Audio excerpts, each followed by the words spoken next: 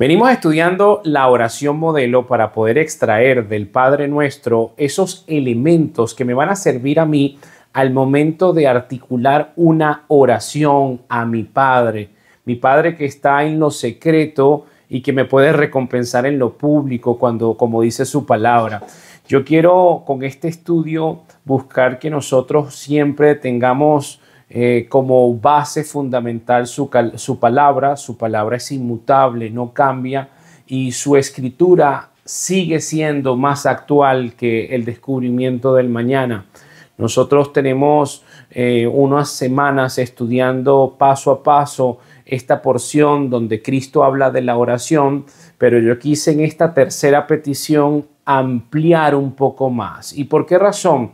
Porque es una parte de la oración que nosotros podemos o estamos con esa tentación de querer cumplir nuestra propia voluntad, sobre todo en los momentos de tribulaciones. Cuando nosotros experimentamos una enfermedad o una crisis, tenemos esa inclinación a realizar oraciones y en el inconsciente lo que estamos haciendo es como buscando de darle órdenes a Dios. Es curioso porque esta semana me pasó algo muy ad hoc con esto que estamos hablando, porque me llegó el comentario de una persona y me dice que bueno, que tiene una amiga que necesita con urgencia la ayuda para un familiar, para un trasplante, etcétera, etcétera. Pero la forma como su amiga escribió básicamente es como darle órdenes a Dios, porque ella piensa, quizás en el inconsciente, no está consciente, de que la preocupación que tiene por su hermano menor le da el derecho o la prerrogativa de decir que, bueno, que ella quiere orar para que Dios agilice respuestas positivas. Esas son sus palabras. Y para que apruebe el total de la ayuda económica. O sea, ella está orando para que Dios agilice y tenga respuestas positivas de esa ayuda económica que necesita para su hermano y para que se apruebe el total de ese monto que ella necesita. Ahora, ¿por qué estoy utilizando esta declaración como ejemplo? Porque ¿qué pasa si la respuesta es negativa? ¿O qué sucede si no aprueban esa ayuda económica para el niño? Quizás nosotros cometemos el error de decir, bueno, Dios no existe o Dios no me escucha. Pero no es que Dios no te escucha. Es que muchas veces pedimos movidos por tribulaciones, por preocupaciones, pero ninguna tribulación, óigase bien, y ninguna preocupación te da el derecho de darle órdenes a Dios. Hoy vamos a estudiar de la voluntad de Dios, que es completamente antagónica a la voluntad de la carne. Y la carne es la que mueve en muchas oportunidades y en muchos momentos de nuestra vida nuestros propósitos, nuestros pensamientos. Entonces, la semana pasada comprendimos que tenemos elementos como la confianza, la reverencia en la oración modelo. Hoy vamos a hablar de la sumisión. Y con esta introducción vamos a leer Mateo 6, versículo 9 al versículo 10. Vosotros pues oraréis así: Padre nuestro que estás en los cielos, santificado sea tu nombre, venga tu reino, hágase tu voluntad como en el cielo, así también en la tierra. Yo quise quedarme con el hágase tu voluntad para el estudio de hoy, porque la palabra voluntad en el griego es telema y también se puede traducir como deseo, como propósito. El resultado del deseo y el propósito de Dios, lo que Él ya ha planteado, esa es la voluntad de Dios. Ahora, esta voluntad de Dios está en muchos escenarios de nuestra vida, sobre todo cuando no creemos en Dios o no tenemos una vida de conversión que implica arrepentimiento y fe, está opuesta al hombre. ¿Y por qué está opuesta al hombre? Porque el hombre, cuando está a la merced de sus propios raciocinios y en la búsqueda de sus propios propósitos, está en esencia movido por el pecado. Nacemos en pecado Y cuando llevamos nuestra vida con nuestros planes, nuestras preocupaciones, nuestros asuntos, nuestras metas y no tomamos en cuenta a Dios, queremos cumplir la voluntad de nuestra propia carne. Y la carne es un enemigo del hombre. Es más, es el enemigo que más le habla al hombre. Efesios 2:3. Entre los cuales también nosotros vivimos en otro tiempo en los deseos de nuestra carne, haciendo la voluntad de la carne y de los pensamientos. Y éramos por naturaleza hijos de ira, lo mismo que los demás. Antes de la conversión, yo vivía conforme a los deseos de mi carne y yo hacía la voluntad de mi carne y de mis pensamientos. Pero es preocupante que muchos creyentes, si se descuidan, empiezan a vivir conforme a la voluntad de su carne. Vamos a unir Efesios 2:3, que lo acabamos de leer, con Romanos 8:8. Mira lo que dice aquí. Y los que viven según la carne no pueden agradar a Dios. O sea, yo no estoy diciendo que si tú estás experimentando una tribulación o una enfermedad o una situación donde tienes un familiar en una condición difícil, que no ores a Dios. Yo lo que estoy tratando de compartir con estos pequeños minutos que hemos desarrollado es que debemos orar a Dios, pero con una actitud de sumisión. ¿Qué implica esto? Que yo sé que yo no estoy en condición de decirle a mi Padre, que es próximo, pero también trascendente, qué debe hacer Él. Yo expreso mi preocupación y al mismo tiempo lo hago en sumisión. Yo le puedo compartir mi inquietud, pero yo no le puedo decir, yo quiero respuestas rápidas, yo quiero que aprueben el 100%. No, yo expreso una inquietud en sumisión. Y esto lo vamos a ir desmenuzando bastante para saber cómo orar, porque a veces pedimos y no recibimos porque pedimos mal. Hebreos 13, del 20 al 21. Dice la palabra del Señor. Y el Dios de paz, que resucitó de los muertos a nuestro Señor Jesucristo, el gran pastor de las ovejas, por la sangre del pacto eterno, os haga actos en toda obra buena para que hagáis su voluntad, haciendo Él en vosotros lo que es agradable delante de Él por Jesucristo, al cual sea la gloria por los siglos de los siglos. Amén. A mí me parece interesante que la palabra que emplean aquí es os haga actos para toda obra buena que hagáis para que hagáis su voluntad. O sea, yo no estoy apto para hacer la voluntad de Dios si no es a través de Jesucristo. Si yo no involucro a Cristo, hermano, tú puedes tener muy buenas intenciones, pero empiezas a autoengañarte y a querer hacer tu propia voluntad. Los falsos maestros, los lobos que se disfrazan de ovejas, ellos no comprenden porque se autoengañan y empiezan a hacer su voluntad. Porque es ese gran pastor de ovejas quien nos hace actos para nosotros cumplir su voluntad. Si no estamos con Él, yo por mi propio esfuerzo no puedo ni quiero hacer ni cumplir la voluntad de Dios. Tenemos que ser sinceros. Somos rebeldes por naturaleza. No es como tú digas, es como yo quiero. Lamentablemente el ser humano no aprende por lo que escucha, sino aprende a través de experiencias que por lo general vienen los golpes y es a través de esa caída que aprendemos. ¿Y de qué nos habla esto? De que tenemos esa tendencia de yo rechazar el propósito de Dios para buscar mi propio propósito. Y tengo suficiente prepotencia y soberbia dentro de mí para pretender disminuir al Dios Todopoderoso para que Él cumpla lo que yo quiero hacer. Y yo quiero decirte que el hecho de que tú rechaces el propósito de Dios no implica que el propósito de Dios no va a cumplirse. Se va a cumplir con tu obediencia o sin tu obediencia. Tú tienes la elección de acercarte a la voluntad de Dios para que a través de eso tú puedas experimentar esa paz que sobrepasa todo entendimiento a pesar de la adversidad, o tú puedes decidir tener una vida de resentimiento o resignación o amargura porque Dios no hace ni nunca hará lo que tú estás pidiendo.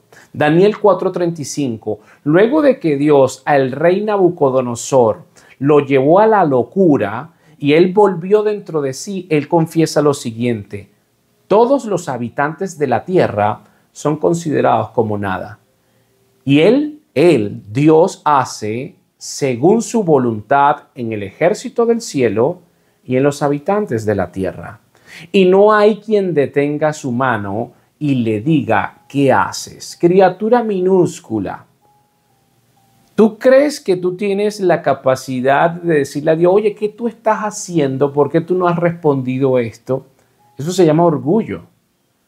Este rey que fue humillado y empezó a comportarse como una bestia, lo comprendió, no por lo que escuchó del profeta, sino por la experiencia tan desagradable que tuvo que vivir.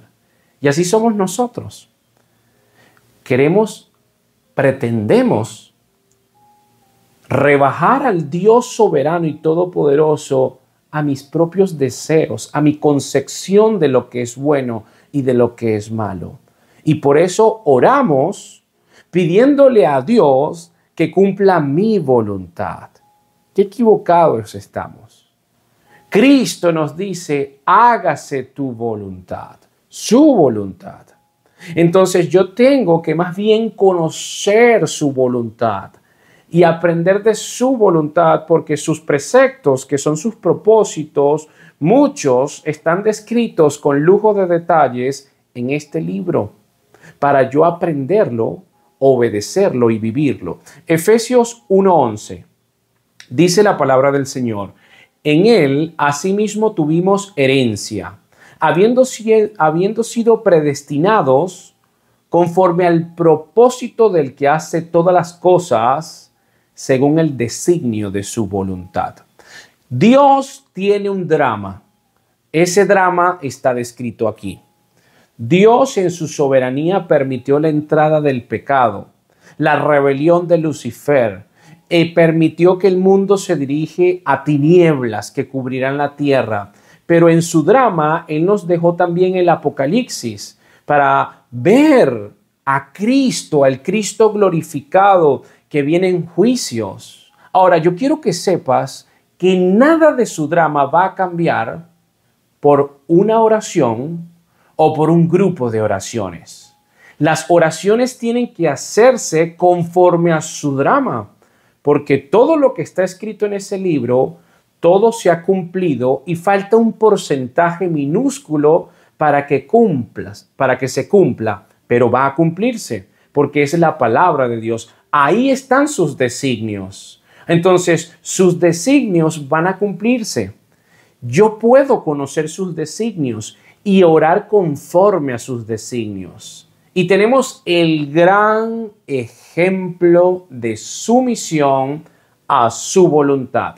¿Quién es? El Maestro de Maestros. Nuestro Señor Jesucristo nos dio este ejemplo.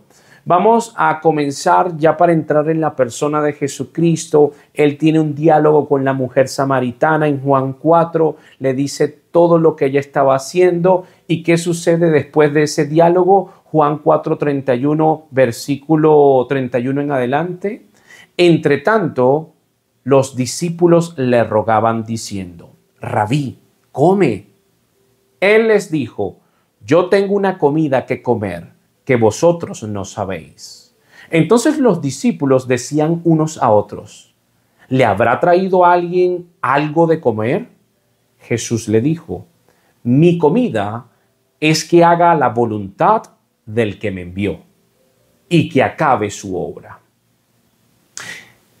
Antes Mira qué profundo es esto. Antes de tener una necesidad básica para el ser humano, como es la alimentación, Cristo tenía como prioridad hacer la voluntad de Dios. Él suprimía su alimento físico en ocasiones para cumplir la voluntad de su Padre. Le están diciendo que coma porque no había comido, pero no había comido porque estaba conversando con la mujer samaritana. Le estaba ministrando, estaba revelando su identidad.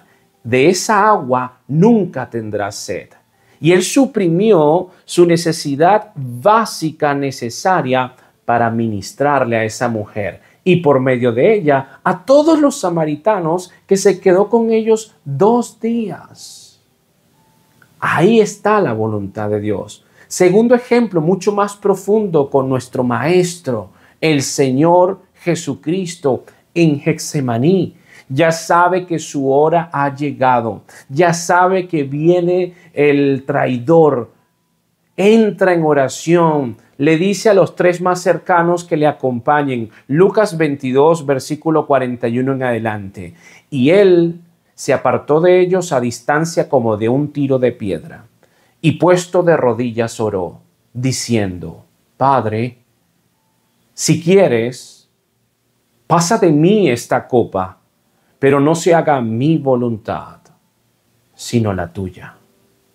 Eso es una oración de sumisión. Cristo no le tenía miedo ni a los romanos, ni a los fariseos, ni a la cruz, ni a la corona de espinas, ni a las burlas. Él tenía temor de experimentar la ira de Dios, tomarse esa copa. ¿Qué implicaba esto? Que por primera vez en la historia de la comunión íntima de la Trinidad, el Hijo se iba a separar del Padre. Nunca había sucedido esto. Nunca el Hijo se había separado del Padre, pero por nosotros se hizo maldición. Esa era su separación. Por eso grita, Elí, Elí, lama sabactani, Dios mío, ¿por qué me has desamparado? Ese era su mayor temor, separarse de su Padre. Y como él sabía que iba a experimentar este proceso tan doloroso y agonizante, él pide, si es posible, pase de mí esta copa. Ahí hay sumisión, ahí hay reverencia. Y a veces nosotros, porque tenemos nuestros dolores, nos sentimos en el derecho de orar diciéndole a Dios, aprueba esto rápido, agiliza esta propuesta, que sea positivo. La respuesta que yo estoy esperando, nada de lo que tú estés experimentando o que estés transitando te da el derecho de perder la reverencia de acercarte al Padre nuestro que estás en los cielos, al Creador de los cielos y la tierra. ¿Oras tú de esta forma? ¿O tú oras diciendo en el inconsciente, yo quiero que se cumpla mi voluntad? Tu oración está llena de sumisión, como Cristo, por causa de su temor reverente, fue oído y fortalecido con ángeles. Dios lo fortaleció, pero no cambió su voluntad. La voluntad de Dios era que Cristo fuera a la cruz. Pero no cambió su voluntad, pero sí envió ángeles para fortalecerle. Entonces, qué interesante es, Señor, estoy pasando por este proceso. Si es posible, Dios, bríndame la salida, tú, Señor, para yo salir de esta enfermedad, de esta crisis, de esta ansiedad. Pero no se haga mi voluntad, sino la tuya. Ahora, en este proceso, Señor, fortaléceme. Ayúdame a crecer en paciencia, tú que eres el Dios de la paciencia. Empieza a tallar tu mente santa en mi mente, Dios. Ayúdame a ser más dependiente, más humilde, Señor. Mientras esta tribulación pasa, Señor, yo quiero aprender más de ti. Es distinta esa oración, porque esa oración jamás se pierde la reverencia y la sumisión al Padre. Hágase tu voluntad. ¿Tú estás buscando la voluntad de Dios o estás buscando tu propia voluntad? Porque dice, aquí en la tierra como en el cielo, y en el cielo hay un perfecto cumplimiento de la voluntad de Dios, tanto individualmente como corporalmente. En el cielo hay ángeles, serafines, querubines, arcángeles, criaturas celestiales, los santos que ya murieron. Cada uno de esos seres individualmente, diariamente, tiene como prioridad cumplir la voluntad de Dios y se goza de esto. Y cuando se reúnen todos corporalmente, tienen como prioridad cumplir la voluntad de Dios. Pedir que se haga la voluntad de Dios es también desear la conversión y regeneración de nuestro prójimo. Porque venga tu reino, la extensión de tu reino es a través de la predicación. Entonces, esa petición, que es la segunda, venga tu reino, hágase tu voluntad. En mi oración tiene que estar implícito ese anhelo porque las personas que yo tengo a mi alrededor puedan regenerarse, puedan ser trasladadas de las tinieblas a la luz. Yo tengo que interceder por ellas. Yo tengo que brindar un ejemplo de una carta abierta y que mi santidad proyecte la gloria de Dios. Y cuando me vean a mí cumpliendo la voluntad de Dios, que ellos sean impactados por esto. ¿O es que mi oración únicamente es por mis preocupaciones, por mis necesidades y no hay oraciones integrales? No hay oraciones expansivas por mi ciudad, por mi país, por mis gobernantes. Denigramos la oración. Primera de Pedro 4:2. Para no vivir el tiempo que resta en la carne, conforme a las concupiscencias de los hombres, sino conforme a la voluntad de Dios. Ahí está. La carne tiene una voluntad, la voluntad de Dios es otra. Y mira, dice, para no vivir el tiempo que resta. Tu cuenta va en resta. Yo no sé si tú sabes, pero tú te vas a morir, así como me voy a morir yo. En cualquier momento nos llega la muerte. Hoy yo tuve que entregarle a un padre que conocí hace unos meses. Yo lo retraté con su hija se llamaba Natalia. Y era una luchadora contra el cáncer y la niña tenía una conexión con Jesucristo que lo alababa y él tenía esa esperanza, pero hace 3 meses se le murió la niña. Y hoy yo tuve la oportunidad de conversar nuevamente con Neftalí, que se llama este hombre que acaba de perder a su bebé. La niña tenía menos de 10 años. Y yo le dije, ¿tú estás consciente que esa es la voluntad de Dios? ¿Tú estás consciente que a nosotros nos queda poco tiempo y nosotros vamos a donde está ella si vivimos una vida de arrepentimiento y fe? Esa es nuestra esperanza, porque nos queda poco tiempo. Mira, primera de Pedro 4:2, te lo leo de nuevo. El tiempo que resta en la carne, te vas a morir. Esta carne se está envejeciendo, se está arrugando, nos estamos enfermando. Entonces, si ya la muerte es inminente en la carne, no hay sabiduría en cumplir la voluntad del Todopoderoso que a través de esto yo habito en su eternidad, donde no hay llanto, no hay enfermedades. Hay sabiduría en invertir el tiempo en conocer la voluntad de Dios y formar parte de aquellos que la cumplen. Efesios 1:11. En él, asimismo, tuvimos herencia, habiendo sido predestinados conforme al propósito del que hace todas las cosas según el designio de su voluntad. Dios no te va a bendecir ni a cumplir cualquier oración únicamente porque tú estés en un estado de histeria. Cumple las cosas según el designio de su voluntad.